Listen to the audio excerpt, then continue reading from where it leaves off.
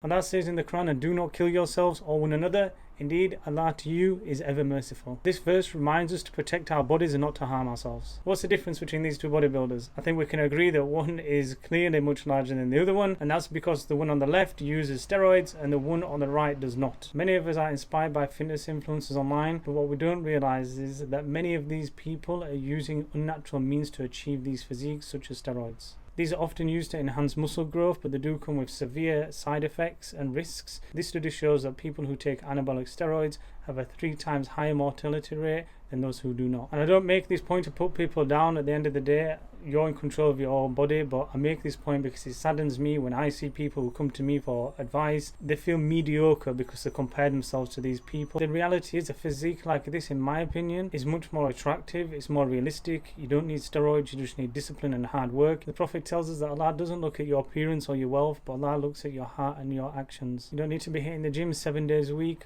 3 days at the gym consistently, inshallah, is enough. I'm not saying you can't go more than that. You know, some people love going to the gym. I'm not aiming this at people who love living inside the gym. If you want to go to the gym, you know, mashallah, that's good. You're doing something good, it's good for your body. What I'm trying to say is that 3 days a week for people who are busy or who struggle and tend to burn out because they're going 7 days a week and then they feel like they can't keep up with that.